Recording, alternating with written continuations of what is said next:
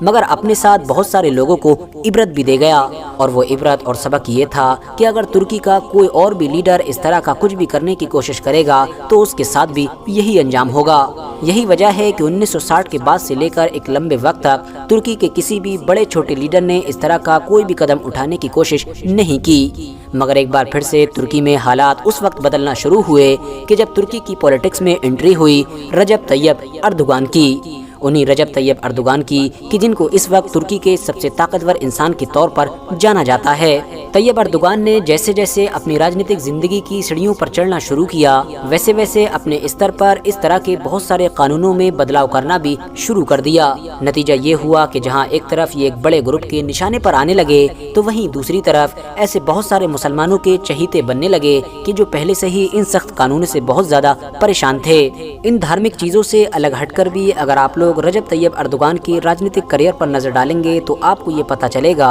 کہ شروعاتی دور میں رجب طیب اردوغان نے اکنومی کے معاملے میں بھی ترکی کو ایک نئی اڑان دی تھی، جس کا اثر یہ ہوا کہ دھیرے دھیرے طیب اردوغان پورے ترکی میں حد سے زیادہ مشہور ہوتے چلے گئے، اور پبلک نے پہلے تو ان کو لگاتار پردھان منتری بنایا اور اس کے بعد دیش کا راشٹرپتی بنایا، اور آج تک لگاتار پچھلے کئی سالوں سے کسی نہ کسی صورت میں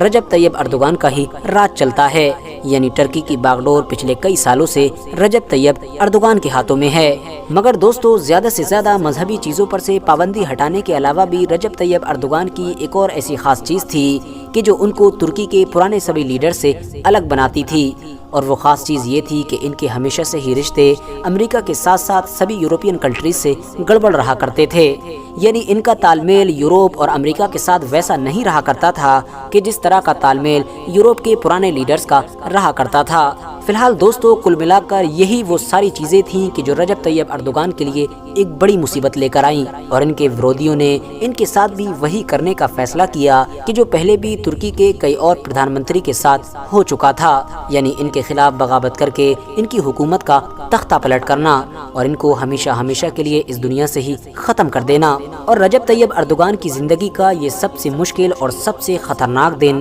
15 جولائی سن 2016 کو آیا کہ جب خود رجب طیب اردوغان بھی ترکی کی راجدھانی یعنی انقرہ میں موجود ہی نہیں تھے، بلکہ وہ تو اپنی چھٹیاں منانے کے لیے ترکی کے ایک خوبصورت شہر مامرس گئے ہوئے تھے۔ آپ کو بتاتا چلوں کہ مامرس ایک خوبصورت شہر ہونے کے ساتھ ساتھ حد سے زیادہ شانت شہر بھی ہے، اور یہ یورپ والی سائیڈ میں ترکی کے بارڈر پر ہی موجود ہے۔ اردوغان بھی اپنے کام سے چھٹی لے کر یہاں پر شانتی کے کچھ پل بتانے کے لیے ہی پہنچے تھے، مگر شاید ان کو اندازہ نہیں تھا کہ ان کے یہ شانتی کے پل ان کی زندگی کے سب سے خطرناک اور بھوچال لانے والے پل ہوں گے۔ مانا جاتا ہے کہ 15 جولائی سن 2016 کی رات میں ہونے والی اس بغاوت کی خبر پہلے ہی ترکی کے چیف آف آرمی اسٹاف تک پہنچ چکی تھی۔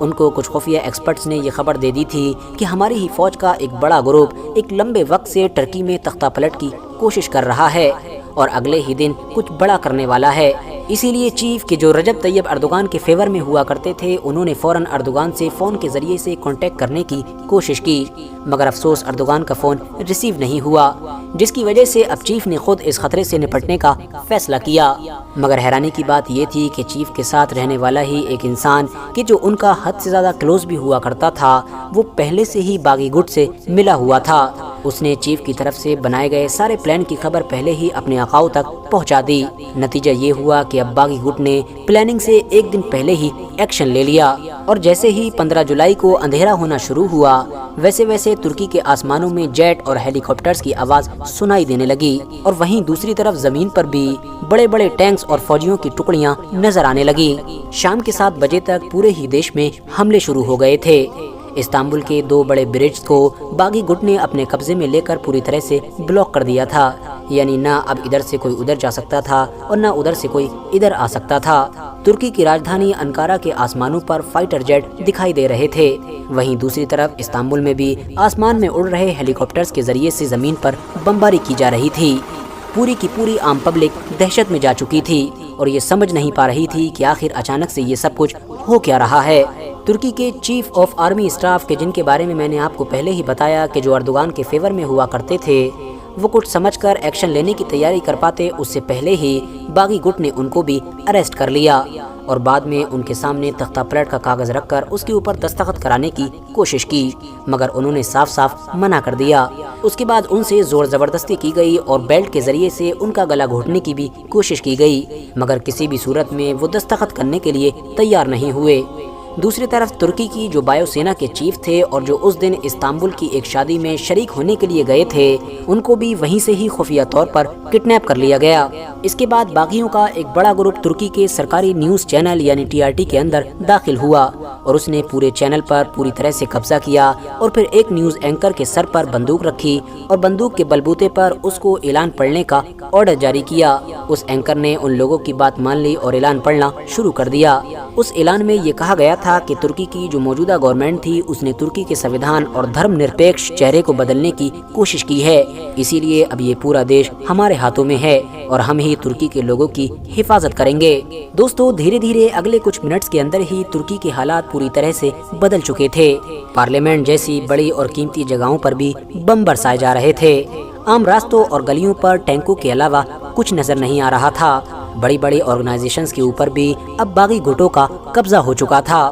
مگر دوستو، اس پورے کشمکش والے حالات میں اگر کوئی ایک چیز غائب تھی تو وہ تھے ترکی کے راشٹرپتی یعنی رجب طیب اردوغان۔ ہر کوئی یہ سوچ رہا تھا کہ آخر اس خطرناک غدر میں رجب طیب اردوغان کہاں پر ہیں، کیونکہ ان کے ٹھکانے کا تو کسی کو بھی پتہ نہیں تھا۔ باغیوں کے سردار نے اب اپنے کچھ فائٹر جیٹس کو یہ آرڈر دیا کہ وہ فوراً اپنا منہ مامرس کی طرف مڑا دیں اور وہاں پر رجب طیب اردوغان جہاں بھی ملیں ان کو فوراً قتل کیا جائے۔ اپنے سردار کے آرڈر پر فائٹر جیٹس نے اپنا منہ مامرس کی طرف موڑ دیا اور وہاں پہنچ کر رجب طیب اردوغان کے ریزورٹ پر بے تحاشا بمباری کی۔ ان لوگوں کو یہ محسوس ہوا کہ شاید وہ اپنے مقصد میں کامیاب ہو چکے ہیں اور رجب طیب اردوغان کی صورت میں اب ان کے راستے کا سب سے بڑا اور سب سے آخری پتھر ہمیشہ ہمیشہ کے لیے ہٹ چکا ہے۔ مگر دوستو، وہ لوگ شاید غلط فہمی میں تھے، کیونکہ رجب طیب اردوغان تو چند منٹ پہلے ہی پورے معاملے کو اچھی طرح سے بھانپ کر وہاں سے نکل چکے تھے۔ اسی لیے اب بس انتظار تھا کہ آخر رجب طیب اردوغان ایسے حالات میں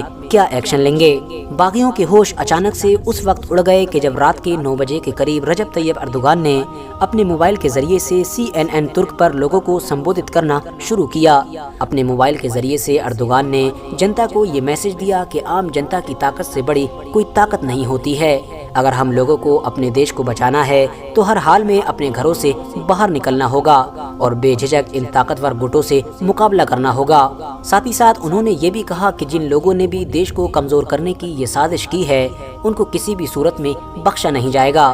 دوستو، اردوغان کا موبائل کے ذریعے سے لوگوں کے سامنے آنا تھا مانو پورا پاسا ہی پلٹ گیا۔ دیکھتے ہی دیکھتے اپنے لیڈر کے آرڈر پر لبیک کہتے ہوئے ترکی کا ہر عام انسان، اب وہ چاہے بوڑھا ہو، جوان ہو، مرد ہو، عورت ہو، بچہ ہو، ہر کوئی روڈوں پر نکلنے لگا۔ ان کے پاس جو کچھ بھی موجود تھا انہوں نے اس سے ہی لڑنے کا فیصلہ کیا۔ چاقو، بیلن، برتن، ڈنڈے، اس طرح کی بہت ساری چیزیں اپنے ہاتھوں میں لیے پبلک روڈوں پر نظر آنے لگی۔ باغیوں نے بڑے بڑے شہروں میں کرفیو لگا رکھا تھا، مگر پبلک کا اس کے اوپر ذرہ برابر بھی کوئی اثر دکھائی نہیں دے رہا تھا۔ اپنی طرف پبلک کا سیلاب آتے ہوئے دیکھ اب باغیوں نے بھی ان سے نپٹنے کا فیصلہ کیا۔ باغیوں نے عام پبلک کے اوپر ہیلی کاپٹر سے گولیاں چلائیں، ٹینکوں کے ذریعے سے گولے برسائے، ایون ٹینکوں کے ذریعے سے ان لوگوں کو روند بھی ڈالا، مگر عام پبلک کسی بھی صورت میں پیچھے ہٹنے کے لیے تیار نہیں تھی۔ بڑے بڑے ہتھیاروں، ہیلی کاپٹرز اور بڑے بڑے ٹینکس کے سامنے نہتی عام پبلک ایک لمبے وقت تک ڈٹی رہی اور ان لوگوں کا بڑی بہادری کے ساتھ مقابلہ کرتی رہی۔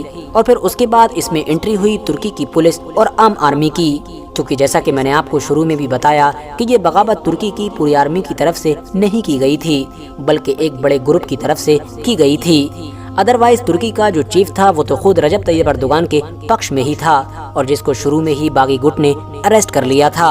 15 جولائی کی یہ رات ترکی کے لوگوں کے لیے حد سے زیادہ خطرناک اور ڈراونی تھی۔ یہی وجہ ہے کہ ترکی کے لوگ اس رات کو لانگسٹ نائٹ کے نام سے بھی یاد کرتے ہیں، یعنی کہ سب سے لمبی رات۔ آپ کو بتاتا چلوں کہ جب صبح کا سورج نکلا تو ترکی کے حالات پوری طرح سے بدل چکے تھے۔ لوگوں نے دیکھا کہ سورج نکلتے نکلتے ترک قوم وہ کام کرنے میں کامیاب ہو چکی تھی کہ جو کام ورلڈ کی ماڈرن ہسٹری میں شاید ہی کسی دوسرے دیش کی عام جنتا کر پائی ہو۔